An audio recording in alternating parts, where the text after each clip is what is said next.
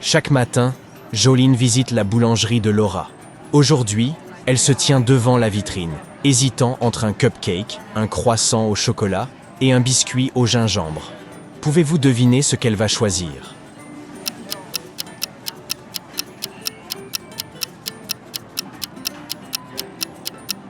Elle choisira très probablement le biscuit en forme de bonhomme en pain d'épices aujourd'hui. Regardez son écharpe ornée de bonshommes en pain d'épices. Cela indique qu'elle doit avoir envie d'une friandise sur le thème de Noël. La boulangerie de Laura est en faillite et elle cherche désespérément de l'argent pour sauver son entreprise. Elle a trouvé 3 concours de pâtisserie en ligne avec un grand prix de 50 000 $. Regardez leurs annonces. 2 de ces concours sont des arnaques pour récupérer les données personnelles des participants. Pouvez-vous deviner lequel est un vrai concours?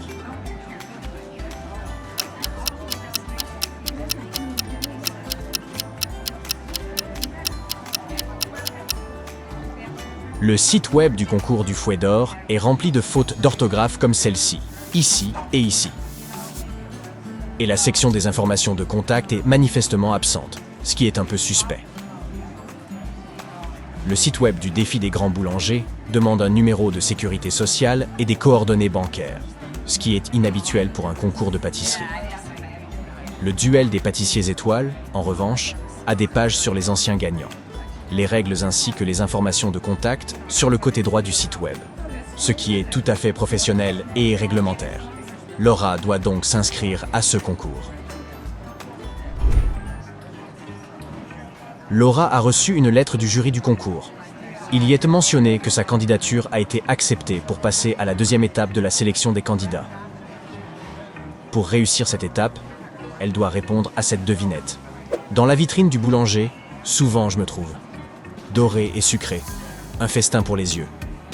Rempli de fruits ou parfois de crème. Devine mon nom, un rêve de pâtisserie. Pouvez-vous aider Laura?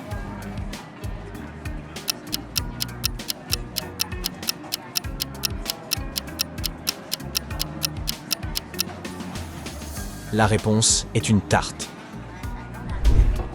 Pour la 3e étape du concours, les boulangers qui ont été sélectionnés ont été invités au royaume de Frostholm. Là-bas, ils doivent mauditement montrer leur talent de pâtissier en confectionnant un gâteau de Noël pour la famille royale qui organise le concours. Du coup, Laura doit réserver son billet d'avion. Quelle date doit-elle choisir?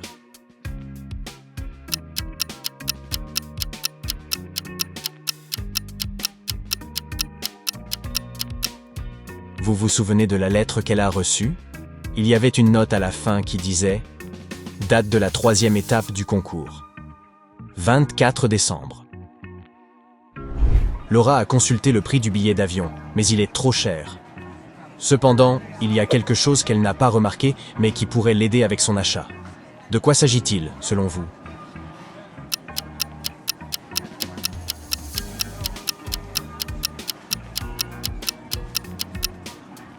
Regardez la barre d'informations tout au bout du site web.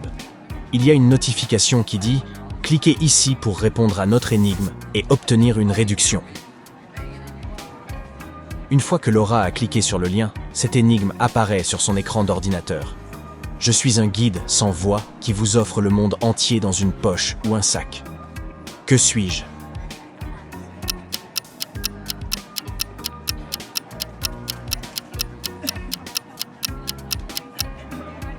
La réponse est une carte. Laura a pris l'avion jusqu'au royaume de Frostholm, où elle a été accueillie par le majordome de la famille royale. Il l'a conduite au palais, où les candidats vont séjourner, et lui a montré 3 options de chambres différentes. Laquelle devrait-elle choisir?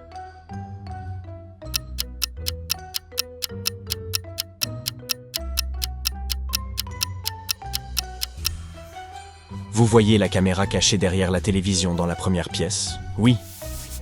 Alors on passe. Dans la 3e chambre, la clim est réglée sur froid alors qu'il neige dehors. Alors c'est non. Elle doit donc choisir la 2e chambre.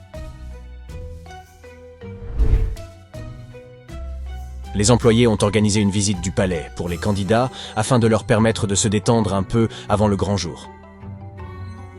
Pendant la visite, cependant, Laura a remarqué 3 choses plutôt étranges. Jetez un coup d'œil dans la salle du trône. Y a-t-il quelque chose de bizarre ici ?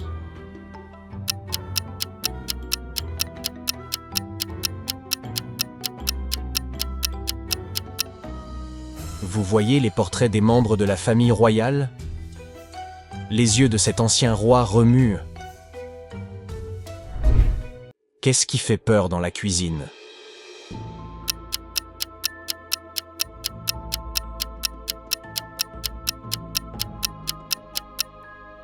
Regardez ce lustre. Il est fait de couteaux de cuisine. Et enfin, qu'y a-t-il d'effrayant dans la salle de bal ?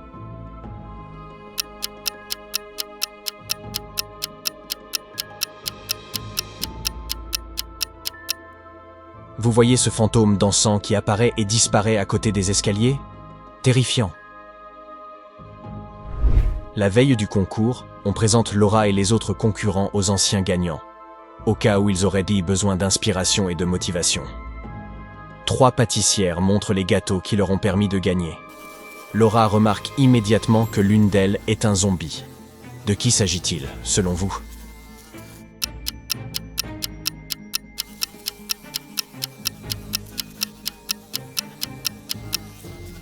La deuxième est entourée de mouches. Mais cela signifie seulement qu'elle n'est pas très propre. Ce n'est pas un zombie. Mais comment a-t-elle pu gagner ? Il y a des taches vertes sur les joues de la troisième. Mais c'est simplement à cause du glaçage qu'elle a utilisé pour faire son gâteau. Donc, le zombie, c'est la première. Regardez les sucettes avec lesquelles elle a décoré son gâteau. L'une d'elles est un globe oculaire. Le grand jour est enfin arrivé. Tous les concurrents vont préparer une tarte, mais ils sont libres de choisir leurs ingrédients.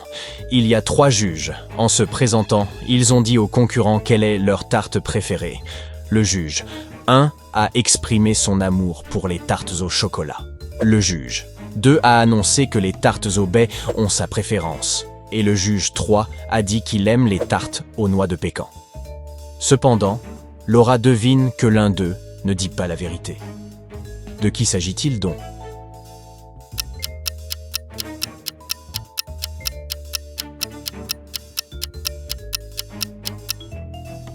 Vous voyez les taches de chocolat et les miettes de tarte sur la chemise du deuxième juge ?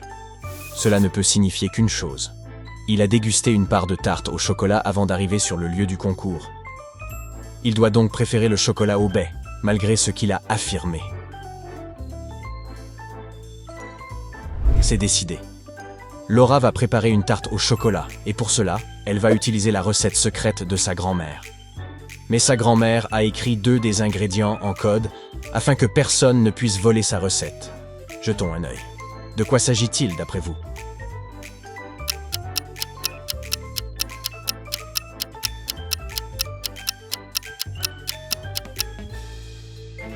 Il suffit de faire reculer d'une place chacune des lettres des mots qui n'ont pas de sens, et vous obtiendrez la réponse.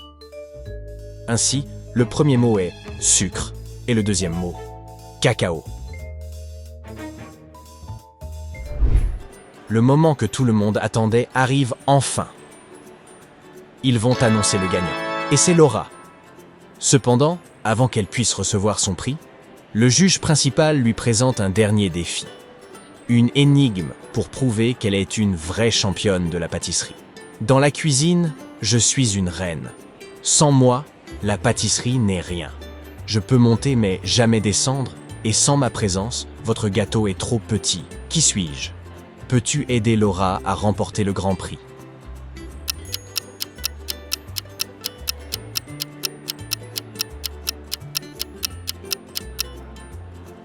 La bonne réponse est la levure. Avant que Laura ne rentre chez elle, elle souhaite découvrir le marché de Noël du royaume. Alors qu'elle fait la queue pour obtenir un chocolat chaud, un gars s'approche d'elle et la félicite pour sa victoire. Elle sait immédiatement de qui il s'agit. Et vous ?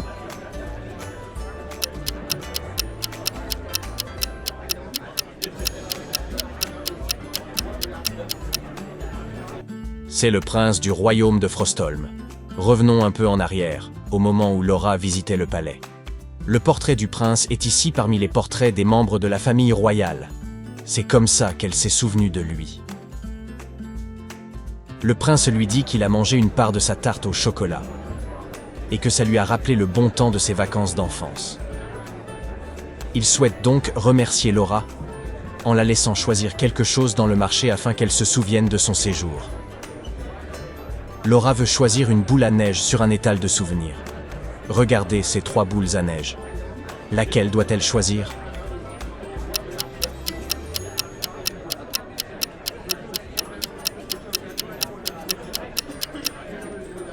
Regardez. La première boule est fissurée à l'arrière et du liquide s'en échappe lentement. Le voyage du retour lui sera fatal. Et la ballerine à l'intérieur de la seconde boule cligne des yeux. Ça doit être un objet hanté.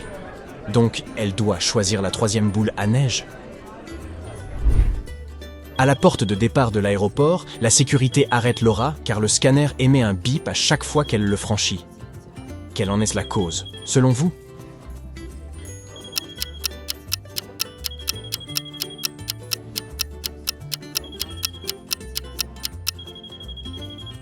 C'est à cause du collier qui pend de la poche de sa veste. Mais c'est la première fois qu'elle le voit. En l'examinant pour savoir à qui il appartient, elle remarque que son pendentif en forme de cœur contient un message du prince. « J'espère vous revoir.